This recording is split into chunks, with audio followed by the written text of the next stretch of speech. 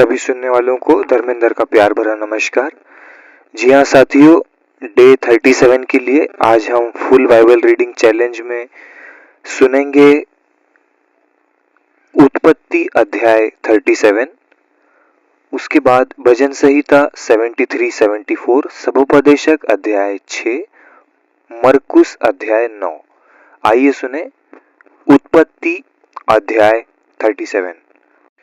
यूसुफ और उसके भाई।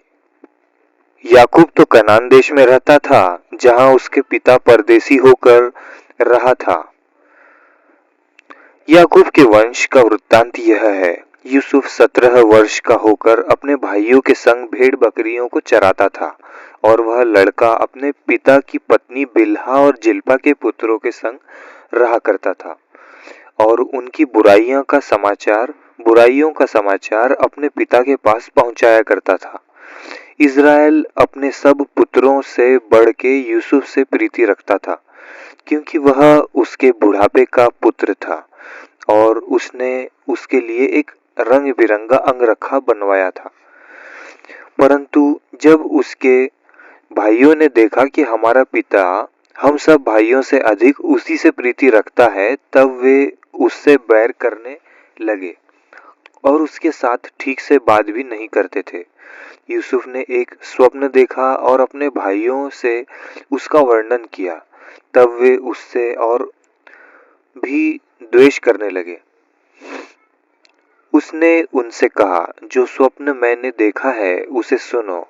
हम लोग खेत में पुले बांध रहे हैं, और क्या देखता हूँ कि मेरा पुला उठकर सीधा खड़ा हो गया, और तुम्हारे पुलों ने मेरे पुले को चारों तरफ से घेर लिया और उसे दंडवत किया। तब उसके भाइयों ने उससे कहा, क्या सचमुच तू हमारे ऊपर राज्य करेगा, या क्या सचमुच तू हम पर प्रभुता करेगा? इसलिए वे उसके स्वप्नों और उसकी बातों के कारण उससे और भी अधिक बैर करने लगे। फिर उसने एक और स्वप्न देखा और अपने भाइयों से उसका भी वर्णन किया। सुनो, मैंने एक और स्वप्न देखा है कि सूर्य और चंद्रमा और 11 तारे मुझे दंडवत कर रहे हैं। इस स्वप्न का उसने अपने पिता और भाइयों से वर्णन किया। तब उसके पिता ने उसको डांट कर कहा, यह कैसा स्वप्न है जो तूने देखा है? क्या सचमुच मैं और तेरी माता और तेरे भाई सब जाकर तेरे आगे भूमि पर गिरकर दंडवत करेंगे? Question mark. उसके भाई उससे डाह करते थे, पर उसके पिता ने उसके उस वचन को स्मरण रखा। यूसुफ का बेचा जाना।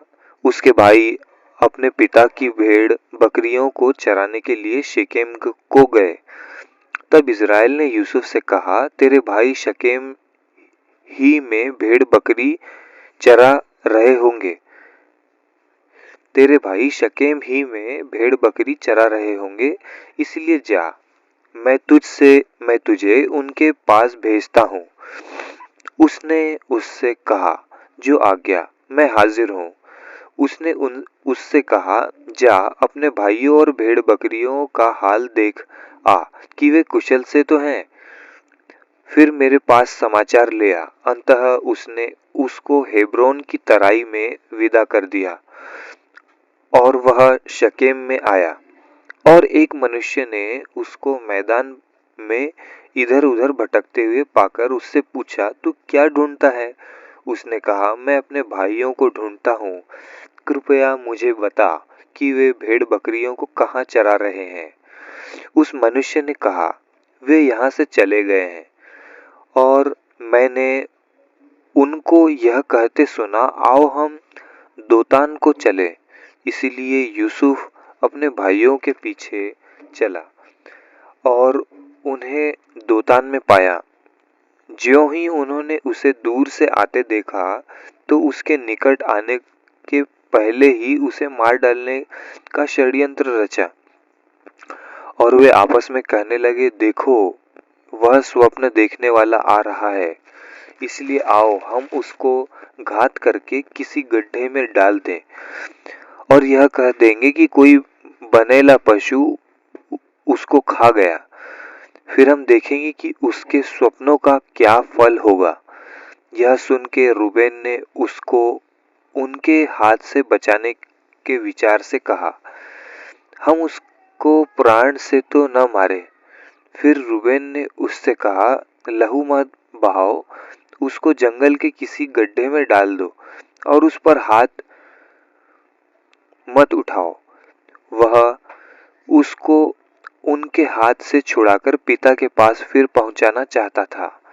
इसीलिए ऐसा हुआ कि जब यूसुफ अपने भाइयों के पास पहुंचाया, तब उन्होंने उसका रंग बिरंगा अंगरखा जिसे वह पहने हुए था उतार लिया और यूसुफ को उठाकर गड्ढे में डाल दिया। वह गड्ढा सूखा था और उसमें कुछ जल न था।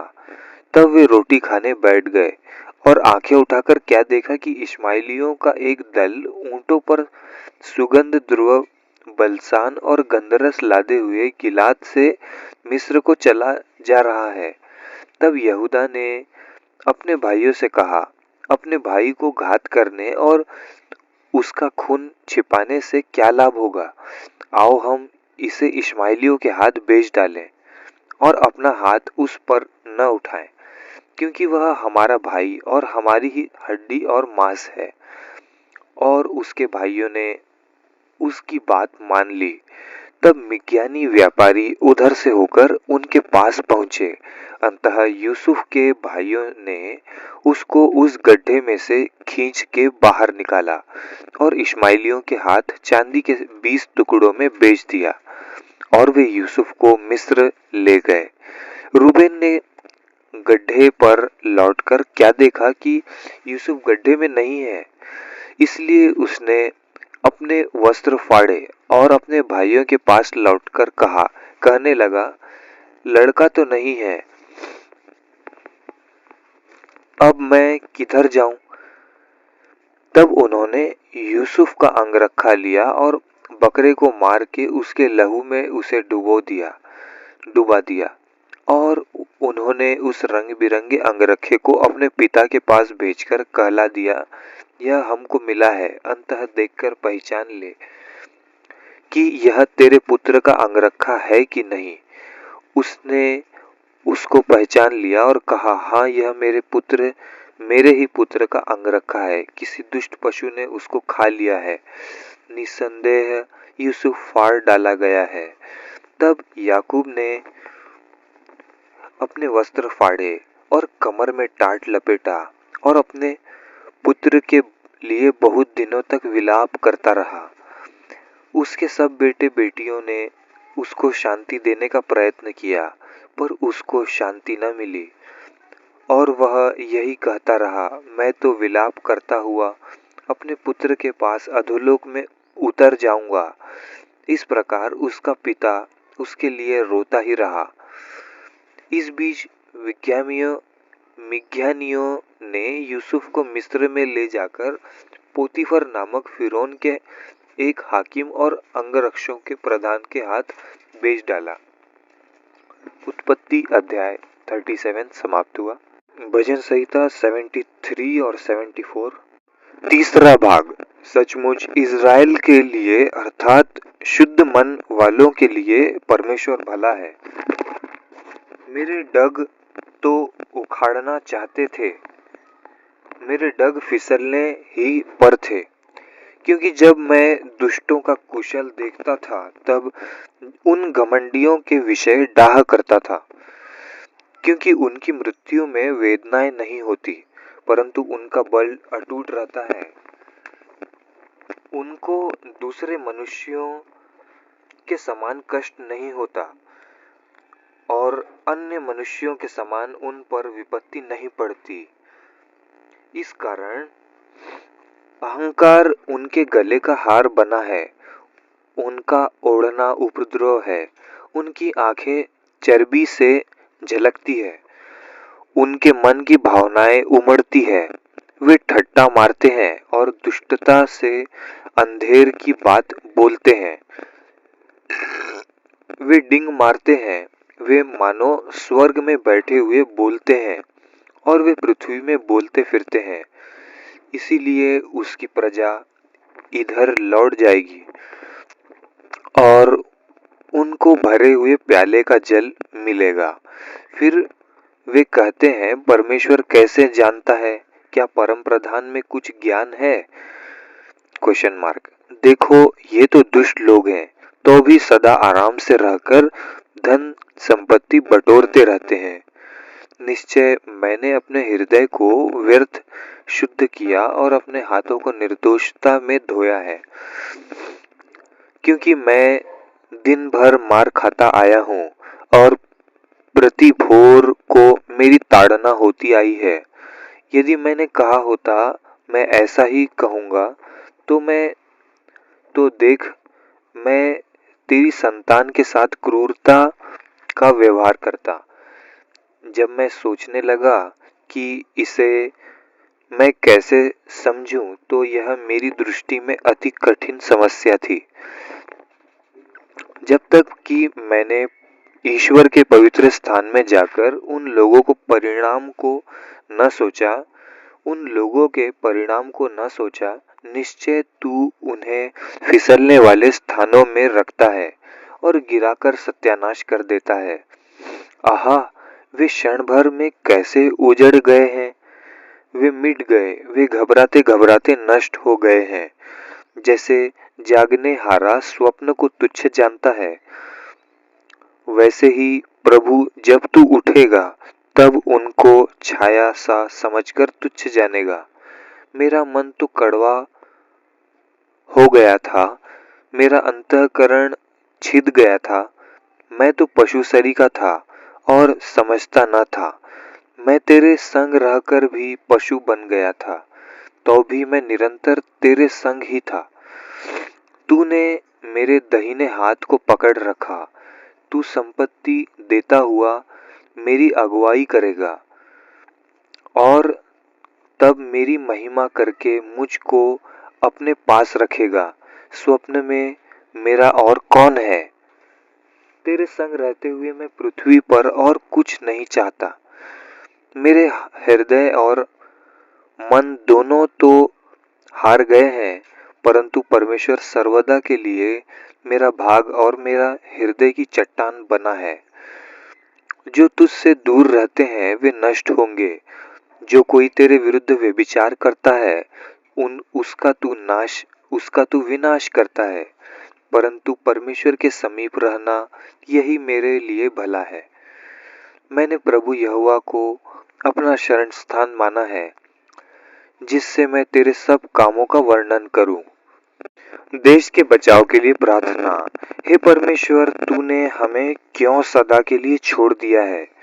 तेरा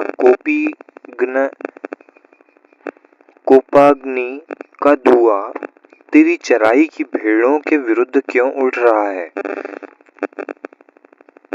अपनी मंडली को, जिसे तूने प्राचीन काल में मोल लिया था और अपने निज भाग का गोत्र होने के लिए छुड़ा लिया था, और इस सिय्योन पर्वत को भी, जिस पर तूने वास किया था, स्मरण कर। अपने डग अनंत खंडहरों की ओर बढ़ा, अर्थात उन सब बुराइयों की ओर जो शत्रु ने पवित्र स्थान में की है। तेरे द्रोही तेरे पवित्र स्थान के बीच गरजते रहे हैं। उन्होंने अपनी ही ध्वजाओं को चिन्ह ठहराया है। वे उन मनुष्यों के समान थे जो घने वन के पेड़ों पर कुल्हाड़े चलाते हैं, और अब वे उस भवन की नक्काशी को कुल्हाड़ियों और हथौड़ों से बिल्कुल तोड़े डालते हैं। उन्होंने तेरे पवित्र स्थान को आग में झोंक दिया है और तेरे नाम के निवास को गिराकर अशुद्ध कर डाला है। उन्होंने मन में कहा है, हम इनको एकदम दबा दें। उन्होंने इस देश में परमेश्वर के सब सभा स्थलों को फूंक दिया है। हमको हमारे निशान नहीं दिख पड़ते। अब कोई नबी नहीं रहा, न हमारे बीच कोई जानता है कि हम कब तक यहाँ हमारे बीच कोई नहीं हम न हमारे बीच कोई जानता है कि कब तक यह दशा रहेगी। हे परमेश्वर, द्रोही कब तक नामधराई करता रहेगा? क्या शत्रु तेरे नाम की निंदा सदा करता रहेगा? तू अपना तू अपना दाहिना हाथ क्यों रोके रहता है? उसे अपने पांजर से निकाल कर उनका अंत कर दे।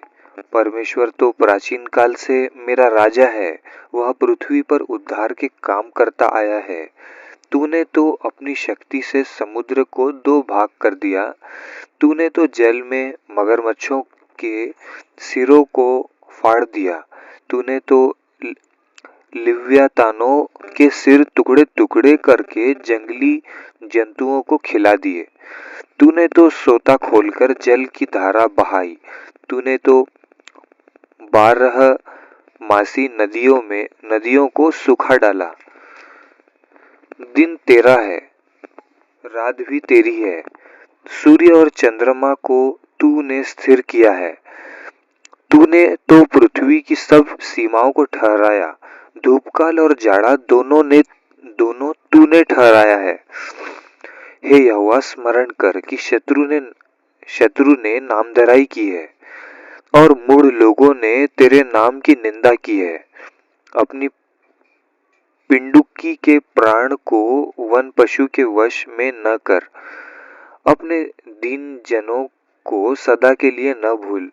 अपनी वाचा की सुधि ले, क्योंकि देश के अंधेरे स्थान अत्याचार के घरों से भरपूर है। पीसे हुए जन को अपमानित होकर लौटना न पड़े। दीन और दरिद्र लोग तेरे नाम की स्तुति करने पाए। हे परमेश्वर, उठ, अपना मुकद्दमा आप ही लड़। तेरी जो नामधराई मूढ़ द्वारा दिन भर रहती है, उसे स्मरण कर। अपने द्रोहियों का बड़ा बोल न भूल। अपने द्रोहियों का बड़ा बोल न भूल। तेरे विरोधियों का कोलाहल तो निरंतर उठता रहता है। 73-74 भजन संहिता अध्याय समाप्त हुआ। आइए सुने इंटरेस्टिंग सबोपदेशक अध्याय 6। एक बुराई जो मैंने धरती पर देखी है, वह मनुष्यों को बहुत भारी लगती है। किसी मनुष्य को परमेश्वर धन संपत्ति और प्रतिष्ठा यहाँ तक देता है कि जो कुछ उसका मन चाहता है उसे उसकी कुछ भी घटी नहीं होती, तो भी परमेश्वर उसको उसमें से खाने नहीं देता। कोई दूसरा ही उसे खाता है।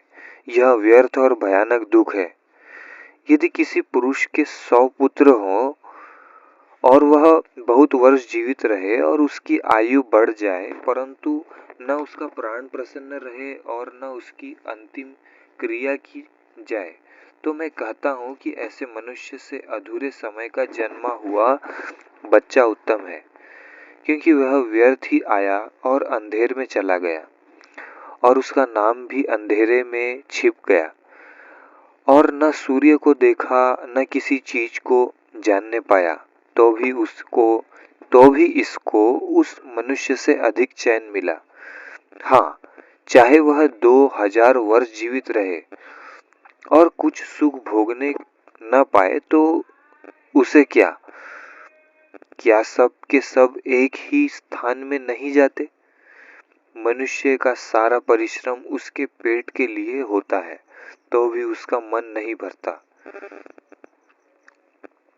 जो बुद्धिमान है वह मूर्ख से किस बात में बढ़कर है, और कंगाल जो यह जानता है कि इस जीवन में किस प्रकार से चलना चाहिए, वह भी उससे किस बात में बढ़कर है।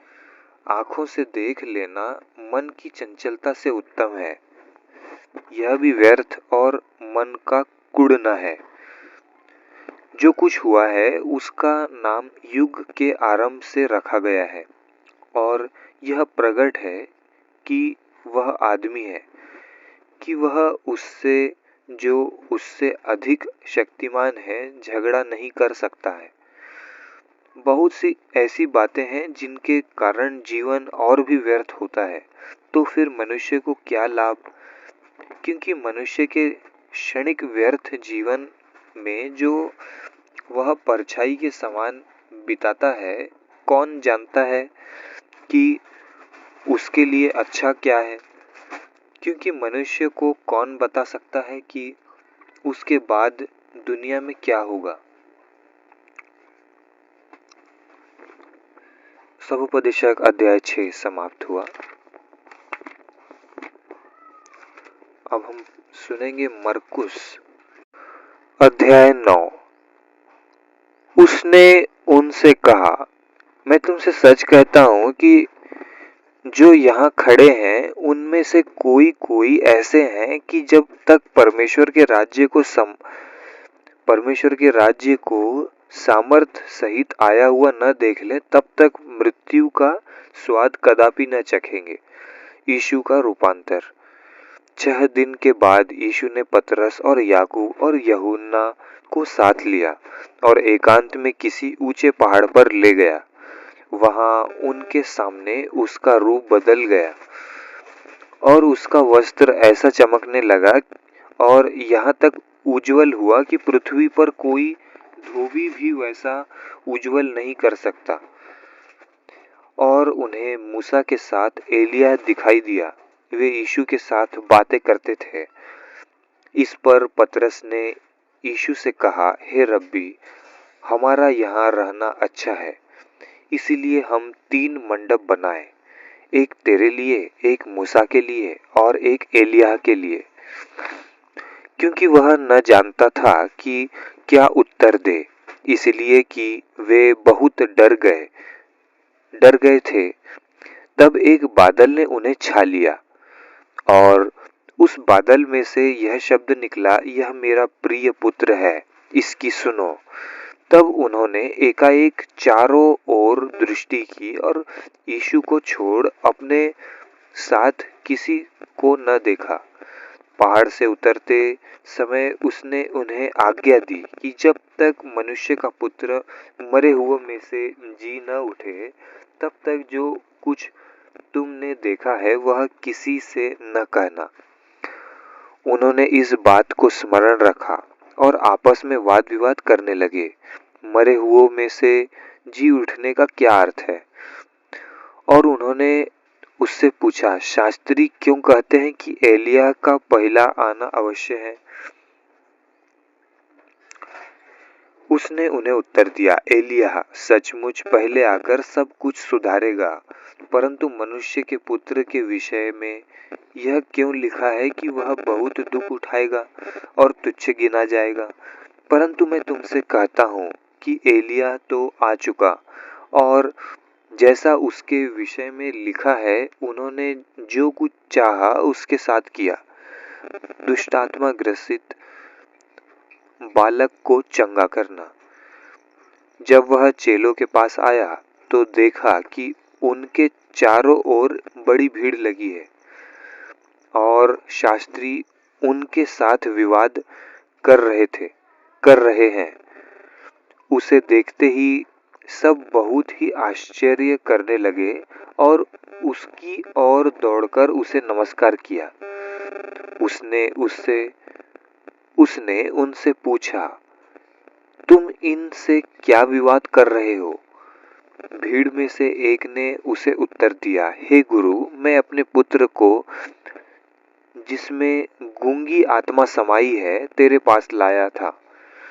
जहाँ कहीं वह उसे पकड़ती है वहीं पटक देती है और वह मुंह में फेन भर लाता और दांत पीसता और सूखता जाता है। मैंने तेरे चेलों से कहा कि वे उसे निकाल दें, परंतु वे निकाल न सके। यह सुनकर उसने उनसे उत्तर देके कहा, हे अविश्वासी लोगों, मैं कब तक तुम्हारे साथ रहूंगा और कब तक तुम्हारी सहूंगा? उसे मेरे पास लाओ। तब वे उसे उसके पास ले आए और जब उसने उसे देखा तो उस आत्मा ने तुरंत उसे मरोड़ा और वह भूमि पर गिरा और मुंह से फेन बहाते हुए लौटने लगा। उसने उसके पिता से पूछा, इसकी यह दशा कब से है? उसने कहा, बचपन से। उसने इसे नष्ट करने के लिए कभी आग और कभी पानी में गिराया, परंतु यदि तू कुछ कर सके तो हम पर तरस खाकर हमारा उपकार कर। यीशु ने उससे कहा, यदि तू कर सकता है, यह क्या बात है? विश्वास करने वाले के लिए सब कुछ हो सकता है। बालक के पिता ने तुरंत गिड़गिड़ाकर कहा, हे प्रभु, मैं विश्वास करता हूँ, मेरे अविश्वास का उपयोग कर। जब यीशु ने देखा कि लोग दौड़कर भीड़ लगा रहे हैं, तो उसने अशुद्ध आत्मा को यह कहकर डांटा, हे गूंगी और बहरी आत्मा, मैं तुझे आज्ञा देता हूँ, उसमें से निकल आ और उसमें फिर कभी प्रवेश न करना। तब वह चिल्लाकर और उसे बहुत मरोड़कर निकल आई और बालक मरा हुआ सा हो गया। यहाँ तक कि बहुत लोग कहने लगे कि वह मर गया। परंतु यीशु ने उसका हाथ पकड़ के उसे उठाया और वह खड़ा हो गया। जब वह घर में आया तो उसके चेलों ने एकांत में उससे पूछा, हम उसे क्यों न निकाल सके?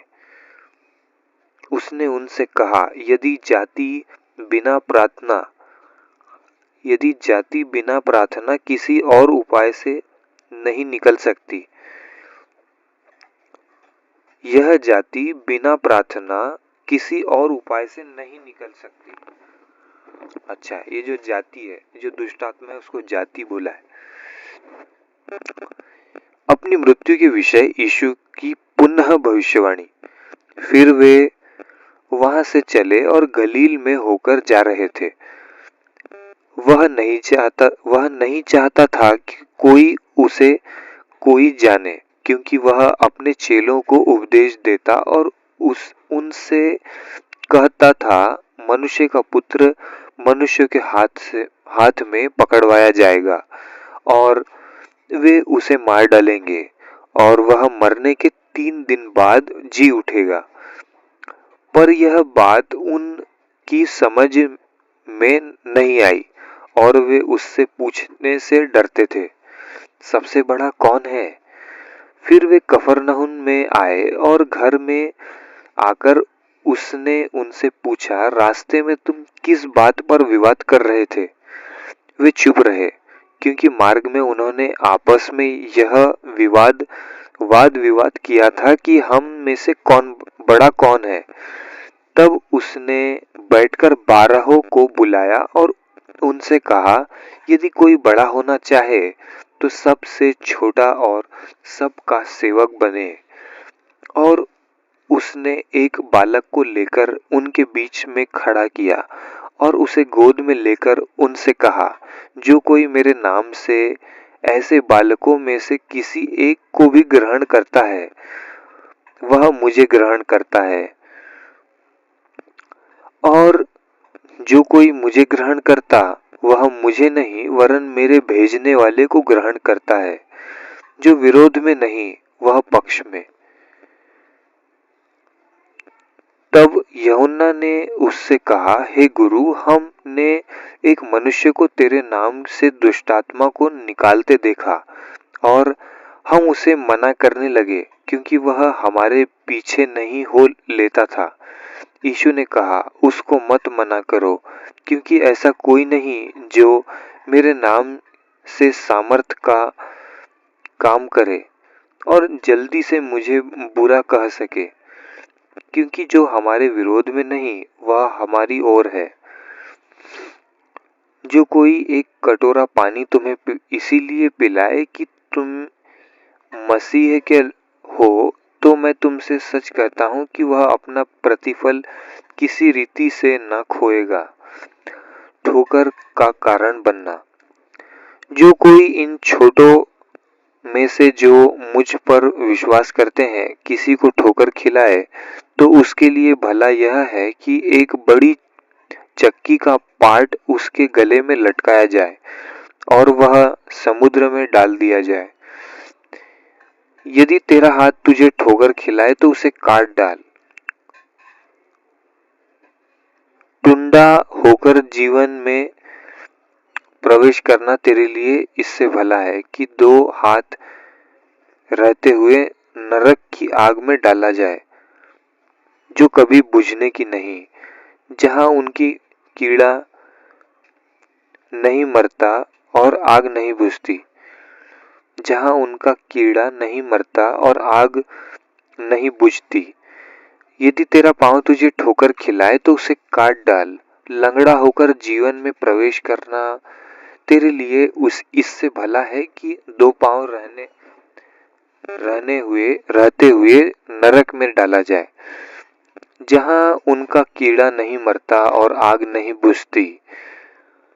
यदि तेरी आंख तुझे ठोकर खिलाए तो इसे निकाल डाल।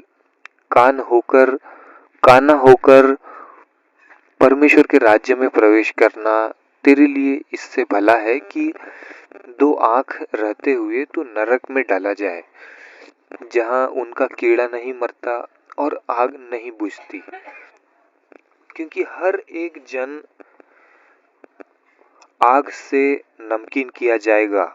नमक अच्छा है, पर यदि नमक का स्वाद जाता रहे तो उसे किससे नमकीन करोगे? अपने में नमक रखो और आपस में मेल मिलाप से रहो। इस प्रकार मरकुस अध्याय 9 समाप्त हुआ। साथियों,